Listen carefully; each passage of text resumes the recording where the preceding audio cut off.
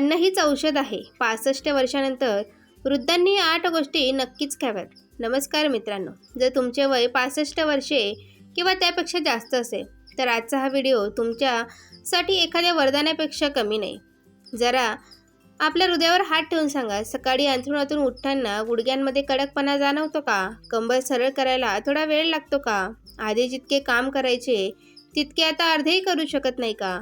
जेवण तर करतो पण पोट व्यवस्थित साफ होत नाही का? दर महिन्याला औषधांचा खर्च वाढत चालला आहे, पण ताकद कमी होत चालली आहे.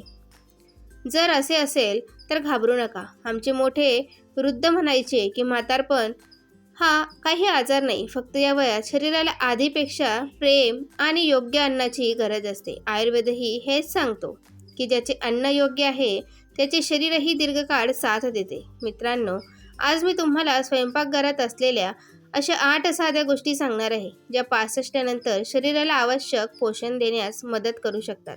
मित्रांनो, हा कोणताही जादुई उपाय नाही जो मी सांगणार आहे, परंतु योग्य दिनचर्या आणि डॉक्टरांच्या सल्ल्यासह संतुलित आहाराचा चांगला भाग बनू शकतात. म्हणूनच विनंती आहे की व्हिडिओ शेवटपर्यंत नक्की पहा. समजून घेण्याचाही प्रयत्न नक्की करा. शेवटची गोष्ट अशी आहे ज्याकडे बहुतेक वृद्ध दुर्लक्ष करतात. जर तुम्हाला वाटते की अशाच सोप्या भाषेत आयुर्वेद आरोग्याची माहिती तुम्हाला मिळत राहावी तर व्हिडिओला एक लाईक नक्की करा आणि आमच्या चॅनलला सबस्क्राईब करून बेल आयकॉन नक्की दाबा. नमस्कार मित्रांनो, तर चला वेळ न घालवता व्हिडिओ सुरू करूया. क्रमांक 1, मूग डाळ. मित्रांनो, आमच्या गावातील वैद्य नेहमी एकच गोष्ट सांगायचे की म्हातारपणात पोटाला जितका आराम द्याल शरीर तितकाच आराम देईल. हेच कारण आहे की आयुर्वेदामध्ये हलक्या आणि सहज पचणाऱ्या अन्नाला विशेष महत्त्व दिले आहे. जेव्हा वय वाढते तेव्हा पचनशक्ती पूर्वीसारखी राहत नाही. आधी आपण काहीही पचवायचो. पूर्वी जे छोले, राजमा किंवा तळलेले अन्न आरामात पचायचे, आणि आता काय होते ना की गॅस, बद्धकोष्ठता आणि जडपणाचे कारण बनू लागते. म्हणजे या गोष्टी आपल्याला पचत नाहीत. अशा वेळी मूग डाळ एक चांगला पर्याय मानली जाते. ती हलकी असते आणि त्यात शरीरासाठी आवश्यक प्रथिनेही असतात. जर ती कमी तेल, कमी मसाले आणि थोडे तूप टाकून बनवली तर मित्रांनो चवही चांगली राहते आणि पोटावर जास्त भारही पडत नाही. म्हणजेच पोटावर जडपणा जाणवणार नाही. अनेक वृद्ध म्हणतात की जेव्हापासून आम्ही रात्रीचे जड जेवण सोडून मूग डाळ खायला सुरुवात केली आहे तेव्हापासून पोट पूर्वीपेक्षा हलके वाटते. म्हणजे पचनशक्ती वाढते आणि पचन चांगले राहते.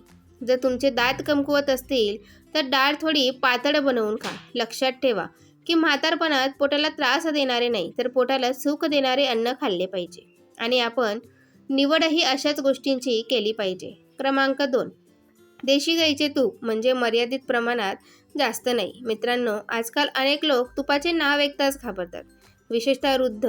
त्यांना वाटते की तूप खाल्ल्याने प्रत्येक परिस्थितीत नुकसानच होईल. पण आयुर्वेदाचा विचार थोडा वेगळा आहे. आमचे दादा दादी म्हणायचे की पोळी कोरडी खाऊ नको बेटा, थोडी तूप लावून खा. थोडे तूप शरीरासाठी चांगले असते. आयुर्वेदामध्ये शुद्ध देशी तुपाला ओज वाढवणारे मानले गेले आहे. म्हणजे असा आहार जो शरीराला पोषण देण्यास मदत करते. पण याचा अर्थ असा अजिबात नाही की खूप सारे तूप खायला सुरुवात करा. जर डॉक्टरांनी मनाई केली नसेल तर 1 किंवा 2 छोटे चमचे देशी तूप डाळ किंवा पोळीसोबत मिसळून खाल्ले जाऊ शकते. खूप वृद्ध म्हातारपणात अगदी कोरडे अन्न खाऊ लागतात. यामुळे अनेकदा जेवण बेचव लागते आणि खाण्याची इच्छाही कमी होते. मित्रांनो, प्रत्येक गोष्टीचा अतिरेक वाईट असतो, पण थोडेसे तूप जेवण स्वादिष्टही बनवते आणि संतुलित आहाराचा भागही असू शकते. पण जर तुम्हाला हृदयविकार, कोलेस्ट्रॉल किंवा दुसरा कोणताही आजार असेल तर तूप प्रमाण आपल्या डॉक्टरांच्या सल्ल्यानुसारच ठेवा. लक्षात ठेवा की आयुर्वेदही प्रत्येक गोष्ट योग्य प्रमाणात खाण्याची गोष्ट करतो, जास्त खाण्याची नाही. प्रत्येक गोष्ट मर्यादित खाल तरच पचनही ठीक राहील. नंबर 3, पिकलेले पपई. मित्रांनो, एक त्रास जवळजवळ प्रत्येक दुसऱ्या वृद्धाचा असतो आणि तो त्रास आहे बद्धकोष्ठतेचा.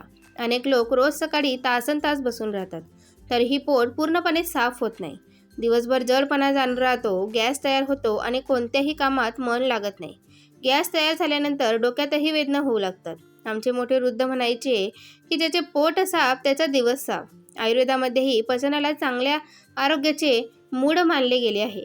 अशा वेळी पिकलेली पपई खूप चांगले फळ मानले जाते. पपईमध्ये फायबर असते, जे संतुलित आहाराचा भाग बनून पचनाला आधार देऊ शकते. जर हवामानानुसार चांगली पिकलेली पपई मिळाली तर सकाळी किंवा दिवसा थोड्या प्रमाणात खाल्ली जाऊ शकते. तीही जास्त खाणे चांगले मानले जात नाही. पण लक्षात ठेवा, कच्ची पपई आणि पिकलेली पपई दोन्ही वेगळे असतात. इथे आपण नीट पिकलेल्या पपईबद्दल बोलत आहोत. आणि जर तुम्हाला मधुमेह असेल तर फळाचे प्रमाण आपल्या डॉक्टर किंवा आहार तज्ज्ञांच्या सल्ल्यानुसार ठेवा. लक्षात ठेवा, म्हातारपणात औषधापेक्षा पोटाची काळजी घ्या.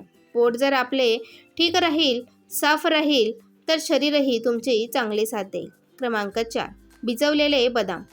मित्रांनो, एक गोष्ट सांगा, काय आधीसारख्या गोष्टी आता लवकर लक्षात राहत नाहीत. कधी चष्मा कुठे ठेवला हे सुद्धा विसरून जातो, कधी औषध घ्यायचे होते तेही लक्षात राहत नाही, किंवा मग दिवसभर शरीरात सुस्ती राहते, गोष्टी विसरायला लागतो आपण.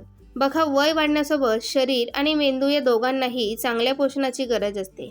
आमचे मोठे वृद्ध म्हणायचे की सकाळची सुरुवात जर चांगल्या अन्नाने केली तर दिवसही चांगला जातो आणि संपूर्ण दिवस आपण निरोगी अनुभवतो. मित्रांनो, आयुर्वेदामध्ये भिजवलेल्या सुक्या मेव्याला सुक्या मेव्याच्या तुलनेत अधिक सोप्याच मानले गेले आहे, म्हणजे अधिक पचनशक्ती देणारे. जर डॉक्टरांनी मनाई केली नसेल तर रात्री 4 किंवा 5 बदाम भिजवून ठेवा झोपताना आणि सकाळी त्याची साल काढून आरामात चावून खा. असे नाही की बदाम खातात चमत्कार होईल, असे अजिबात नाही. पण रोज थोड्या थोड्या चांगल्या सवयीच म्हातारपणात शरीराचा आधार बनतात आणि शरीराला मजबूत बनवतात. बस लक्षात ठेवा, मुठभर बदाम खाणे गरजेचे नाही, थोड्या प्रमाणातही पुरेसे आहे, म्हणजे 4-5 बदाम बस. क्रमांक 5, हिरव्या पालेभाज्या. मित्रांनो, आजकाल एक सवय खूप वाढली आहे. ताटात पोळ्या तर 4 ठेवतील, पण भाजी 2 चमचेच घेतील, म्हणजे फक्त अर्धी वाटी. मग म्हणतात शरीरात ताकदच राहत नाही. आमची आजी म्हणायची की ताट जितके रंगीबेरंगी असेल शरीर तितकेच आनंदी राहील, आणि ही गोष्ट अगदी खरीसुद्धा आहे. पालक, मेथी, बाथू, चोलाई या प्रकारच्या हिरव्या भाज्या फक्त पोट भरण्यासाठी नसतात. यामध्ये असे अनेक पोषक घटक असतात ज्यांची शरीराला रोज गरज असते. जर रोज शक्य नसेल तर आठवड्यातून 3-4 दिवस त्या खाण्याची सवय नक्की लावा. सवय बनवून घ्या. पण एक गोष्ट आणखी, हिरव्या भाज्या नेहमी नीट धुवून आणि चांगल्या प्रकारे शिजवूनच खाल्ल्या पाहिजे. यात माती किंवा खडे अजिबात नसावेत. जर डॉक्टरांनी काही कारणास्तव काही भाज्या खाण्यास मनाई केली असेल तर त्यांच्या सल्ल्याने पालन नक्की करा. लक्षात ठेवा, म्हातारपणात रंगीत मिठाईपेक्षा हिरव्या भाज्या शरीराला ताकद देतात. क्रमांक 6, ताक. आता बोलूया अशा एका गोष्टीबद्दल जी जवळजवळ प्रत्येक भारतीय स्वयंपाकघरात कधी ना कधी नक्कीच बनते किंवा मिळते, आणि ती आहे ताक. आमच्या गावात एक म्हण आहे की दुपारचे जेवण आणि 1 ग्लास ताक दोन्ही जर मिळाले तर पोट आनंदी होते. आयुर्वेदामध्येही ताकाला पचनासाठी उपयुक्त सांगितले आहे, विशेषतः जेव्हा ते हलके आणि ताजे बनवले जाते. जर दुपारच्या जेवणानंतर एक छोटासा ग्लास किंवा थोडे, जितके तुम्हाला पचेल तितके ताक घेऊन ताज्या ताकात थोडे भाजलेले जिरे आणि चिमूटभर मीठ हे टाकून प्यायले तर अनेकांना हलके वाटते, म्हणजे तुम्ही जे काही खाल ते नीट पचून जाईल. पण जर तुम्हाला लॅक्टोजची समस्या असेल किंवा डॉक्टरांनी डेअरी उत्पादनांपासून दूर राहण्यास सांगितले असेल तर ताक पिण्यासाठी डॉक्टरांचा सल्ला नक्की घ्या.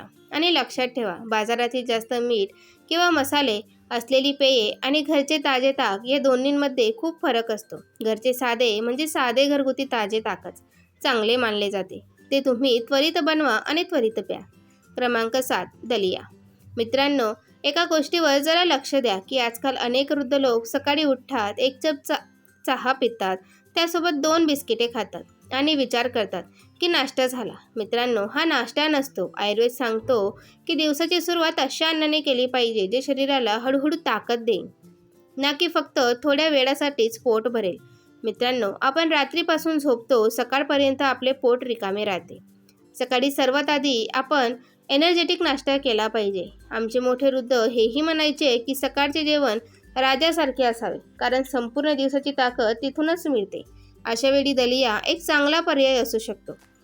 दलिया हलकाही असतो आणि पोटावर जास्त भारही टाकत नाही, म्हणजे पोट जड वाटत नाही. यात फायबर असते, ज्यामुळे काय होते ना की अनेक लोकांना दीर्घकाळ पोट भरल्यासारखे वाटते. यामुळे काय होईल की अतिरिक्त खाण्यापासून वाचून जाल. जर तुम्ही ते दुधासोबत खाता तर साखर न घालता खा. आणि जर नमकीन आवडत असेल तर त्यात गाजर, मटार, टोमॅटो सारख्या भाज्या टाकूनही बनवू शकता. मित्रांनो, तुम्हाला जसे अन्न आवडत असेल, नमकीन किंवा गोड, तसे बनवून खा. दोन्ही पद्धती ठीक आहेत. अनेक मोठे वृद्ध हेही म्हणतात की जेवणापासून त्यांनी सकाळी फक्त चहा बिस्किटे सोडून दलिया खायला सुरुवात केली. तेव्हापासून दिवसभर पूर्वीपेक्षा जास्त हलके वाटू लागले आहे. लक्षात ठेवा, म्हातारपणात पोट भरणे गरजेचे नाही, शरीराला योग्य पोषण देणेही गरजेचे आहे. क्रमांक 8, पाणी. मित्रांनो, आता बोलूया त्या गोष्टीबद्दल ज्याकडे सर्वात जास्त लोक दुर्लक्ष करतात, आणि ते आहे पाणी. अनेकदा आमचे मोठे वृद्ध हे म्हणतात की आम्हाला तर तहानच लागत नाही. पण तहान कमी लागण्याचा अर्थ असा नाही की शरीराला पाण्याची गरज झाली नाही. पण मित्रांनो, शरीराला पाण्याची गरज कधीच कमी होत नाही. तितकीच रिक्वायरमेंट असते जेवढी इतर गोष्टीची असते. पण आपण पिणे कमी करतो, जे चुकीचे आहे. आयुर्वेदामध्येही सांगितले आहे की शरीरात जलाचे संतुलन असणे खूप गरजेचे आहे. जेव्हा शरीरात पाणी कमी होऊ लागते तेव्हा अनेक लोकांना बद्धकोष्ठता, अशक्तपणा, चक्कर येऊ लागते किंवा तोंड कोरडे पडणे यासारख्या समस्या जाणवतात. म्हणूनच दिवसभरात जास्त पाणी पिऊ नका. थोडे थोडे करून पाणी प्या. एकाच वेळी खूप सारे पाणी पिण्याची गरज अजिबात नाही. पण वेळोवेळी थोडे थोडे पाणी पिणे आणि याची सवय लावणे हे खूप गरजेचे आहे. हो, जर तुम्हाला किडनी, हृदय किंवा असा कोणताही आजार असेल ज्यात डॉक्टरांनी पाण्याची मात्रा मर्यादित करण्यास सांगितले आहे किंवा कमी पिण्यास सांगितले आहे, तर नेहमी त्यांच्या सल्ल्याचे पालन नक्की करा. लक्षात ठेवा मित्रांनो, की म्हातारपणात औषधे जितकी जास्त गरजेची आहेत तितकीच जास्त महत्त्वाचे आहेत. शरीरात पाण्याची कमतरता होऊ न देणे पाणी एक चांगले संतुलन बनवून ठेवते आपल्या शरीरात. मित्रांनो, आपले मोठे वृद्ध एक गोष्ट नेहमी म्हणायचे, म्हातारपण स्वतःहून आजार नाही, पण जर खाण्यापिण्यावर नियंत्रण नसेल तर लहान लहान समस्याही मोठ्या वाटू लागतात. तर मित्रांनो, आज आपण ज्या 8 गोष्टींबद्दल बोललो त्या कोणत्याही जादुई उपाय नाहीत, पण आयुर्वेद आणि संतुलित आहाराच्या परंपरेनुसार, योग्य प्रमाणात आणि आपल्या आरोग्यानुसार ज्यांना जेवणाचा भाग बनवणे फायदेशीर ठरू शकते. एक गोष्ट नेहमी लक्षात ठेवा मित्रांनो, औषधे आपले काम करतात, पण चांगले अन्न शरीराला मजबूत बनवून ठेवण्यास मदत करते. औषधेही तेव्हाच असर करतात जेव्हा आपले शरीर निरोगी असेल. म्हणून डॉक्टरांच्या सल्ल्याने सुरू असलेली औषधे कधीही आपल्या मनाने बंद करू नका. जर तुम्हाला आजची माहिती चांगली वाटली असेल तर व्हिडिओला एक लाईक नक्की करा. याला आपल्या आई-वडिलांसोबत, दादा-दादींसोबत आणि घरातील सर्व वृद्धांसोबत नक्की शेअर करा. कारण होऊ शकते की ही माहिती त्यांच्या कामी येईल.